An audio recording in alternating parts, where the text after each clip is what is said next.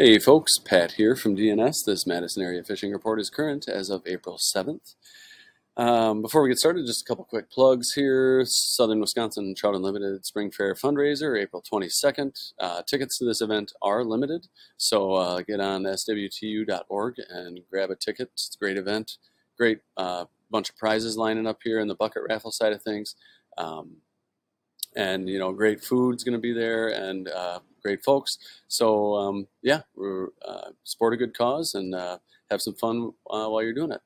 Otherwise, here at the shop, we've got, if you walk in the shop here, we got the front window here might look a little bit different. At home, Ashley said we needed to get rid of the fish tank, so brought her down to the shop. Right now, I just got some bait fish in there, but got it right here in the window. I was talking with Mike Gollin over to Gollin Bait and Fish Farm, where we get our bait from, and he was saying he should be able to get me maybe some like hatchling pike or something. Who knows? I guess the options are wide open there. So anyway, stop in the shop and check that out. Should be looking pretty cool here in the next few weeks.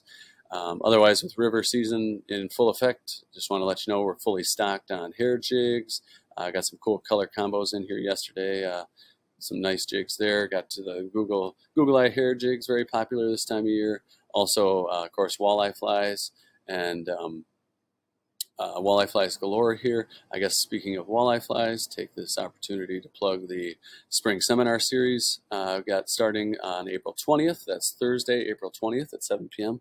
Free to anyone who wants to attend. I will have Austin Rogotsky kicking things off with talk on hair jigs and walleyes on hair. Or on walleye flies, sorry. So walleye flies and walleye hair jigs for walleyes. So we'll be doing that April 20th. And we got Ron Bearfield and Noah Humfeld the next 2 weeks after that, leading up to the opener. Gonna have some door prizes, and those events are a lot of fun and certainly educational. If you're headed over to the East Coast and want to hit the tributaries off Lake Michigan, the steelhead are up and running there. Rivers levels are a little high right now, but they'll be coming down, and that action is going to be pretty great here for the next couple of weeks. So swing in and get all your beads and all your bead needs, I guess you could say. Otherwise, yeah, as far as the report goes, weather this week, it was a little warmer this week than we have been. Got the ice off Mendota. That was the other big news. The ice came off on Tuesday, I think, this last week officially. But most of at least southern Wisconsin got at least an inch of rain, raised the river levels quite a bit. But those river levels coming down, the ice off the lakes in 70s this next week, going to make a great week to get out and do some fishing. I did just hear back from the good folks at the city.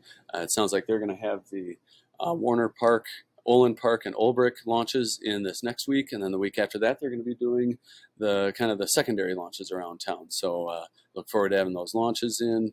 I'm not sure where the county is at with that exactly, but I do know that they are going to be opening the Tenney locks. I got word that also from the folks at the city told me they'll be opening the Tenney locks over here on April 27th. They were closed since last summer, apparently due to a lightning strike. I didn't know that, but glad to have those back up and running. Otherwise, around the chain, of course, game fish season is closed on inland lakes, but still plenty of action for panfish and catfish. Early season bass is going to get better as this warm weather comes in. Recent rains and snow melt up north have the rivers running high all week. But folks are still getting fish. Otherwise, around the chain, panfish are up shallow in a few locations. Catfish bite sounds like it's just starting to turn on as things start to warm up here. I haven't heard much from bass anglers, but this warm weather should really get those fish going here too in this next week here. I guess we'll get into a little more detail up here on Cherokee. I haven't heard much out of the Cherokee Park area. It kind of surprises me. I thought that action would be a little bit better, but sounds like some fish are starting to move in there, so I do hear about some crappie and some bluegill here and there down to 113 Bridge. Also hearing about some crappies down there, actually some perch, and the occasional walleye accidentally, of course, coming out of there. Sorry, I had someone come in the shop here quick. Anyway, yeah, over to 113, getting a few crappies, a few walleyes occasionally in there on accident. But that action should heat up the catfish. I haven't really heard about much coming out of there, one or two, but they should start to stack up in there especially after this little warm up. Like I mentioned, the ice is off Lake Mendota, which is great news. So should be getting the piers in this week. I haven't heard a lot of action around the lakes, other than some of your inlets around Mendota. You got Mendota County Parks, Pheasant Branch up here, Marshall Park, Spring Harbor, University Bay.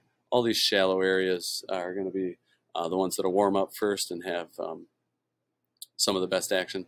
I mentioned the Tenney Park lagoons or locks are going to be open.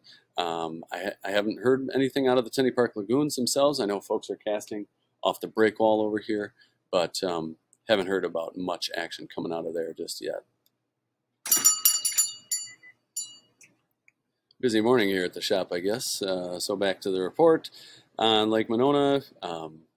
Haven't really heard much coming out of Lake Monona itself, but of course I guess the biggest news around town is the bite down here at the triangles and the train tracks, Monona Bay. A lot of crappies in there recently. Folks are doing well on crappies. I'm sure if you drive by here, it's really no secret. You see people lining the banks over here. So that bite's going on. Haven't heard anything out of Lake Wingra or, like I said, nothing out of Lake Monona. Folks are launching over here at Lattice Park, and they are getting some panfish in this area. Also down to Upper Mud in the nice and shallow up there, edges of the dredge hole too. Great areas to check out this time of year. Haven't heard a lot. Actually, I haven't heard anything out of Lake Wabisa, but I imagine, up here in Lake Farm, there's probably some fish enjoying some warmer water up there, and also down here on the south end of the lake in the South Bay. Babcock, haven't really heard anything out of there. I heard it's very shallow in there right now from somebody, but I haven't heard anything fish-wise. Kind of the same deal on Kegonsa. I have heard about a few panfish coming out of Fish Camp area, but that action's also been pretty slow. I guess that's pretty much it for the Madison chain report. Kind of a quiet time of year. I have heard about some fish down to Indian Ford, so some walleye and some sauger and some decent pike coming out of the Indian Ford Dam. Lake Koshkonong, I haven't heard much other than up near Black Hawk Island, where the mouth of the Rock River dumps in up here. Has been some few walleyes, mostly short fish. From what I hear, Fort Atkinson up to Jefferson has seen some good walleye action, but the rivers over here are all very high right now. So access on all our rivers is going to be difficult until this water starts to come down. So hopefully anytime soon here. I haven't heard anything out of Beaver Dam. Let's see, over here to Sauk City, of course, the Prairie du Sac Dam. And yeah, I guess I do have the USGS here. Wisconsin River near Wisconsin Dells. You can see here, river's running at above, looks like, it's above 35,000 CFS. I think the normal for this time of year is right down, below 15,000. So the water's really pumping through. That's at the dam at the Dells. Here's down to Muscadet. You can see it's about the same downriver there. So some real high current areas right now, but maybe those levels will start to come down here soon, hopefully, and the fishing is only going to improve. I heard there's, while you can't fish right up at the dam, they got all the gates wide open up there, letting water through. They are getting some fish downstream up there, and some nice walleyes too. Some of the nice females are starting to move up, so hopefully that water comes down and access can improve over there. I've heard about a few fish coming out of the Wisconsin River. Most of the action I hear about is up here, kind of in this northeast end where the river dumps in, but no real specifics on any of that. Further up the river, Wisconsin Dells Dam, like I said, is super high. A lot of water pumping through there right now, but folks are still getting fish in the Wisconsin Dells and Castle Rock and Petenwell Dam areas. Haven't heard, see it says right here, flood warning up here. I wonder what that's all about. Anyway, haven't heard anything out of Petenwell or Castle Rock Lakes over to the Mississippi. It sounds like the perch action's still going pretty strong over there, although with all the snow melt and rain, high water is also a concern over that way. Like I mentioned, steelhead are in the tributaries over on the East Coast over here, so everything from the Root and Pike and Menominee and Milwaukee Rivers, Sauk Creek, all of them, all the way up the East Coast here, are holding steelhead right now. And I showed you the egg patterns that we have, the beads we have here are a good option. Of course, if you can find a bait shop over there, in the area that has spawn, that's a really effective way to fish for those steelhead. Otherwise, I hear about people doing well on just like a crappie tube jig, just running those through runs. So, a lot of different things can catch those fish, and it's a lot of fun, and they really are impressive fish. Over here to Green Bay at the Dip Ear Dam, sounds like the fish are still stacked up in there pretty good, but the water levels are also high and dirty there, making fishing difficult. But sounds like online, at least, the locals are optimistic that the water should clear up by this weekend, so it might be worth a drive if you're looking to chase some giant walleyes. Otherwise, around the area here for trout, fishing was good until we had the rain, but then the streams have been blown out most of the week with more high water. But hopefully by this weekend, at least some of your smaller streams levels should come down.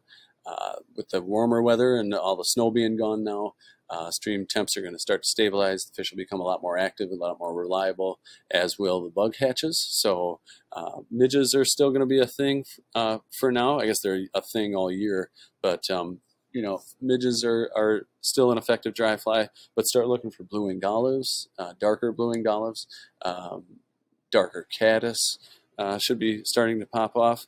So you're going to want to have those in your box, because this is going to be a time of year when there's going to be lots of hatches coming off. Of course, if there aren't bugs hatching and fish rising, woolly buggers and nymphs are very effective any time of the year when the fish aren't rising.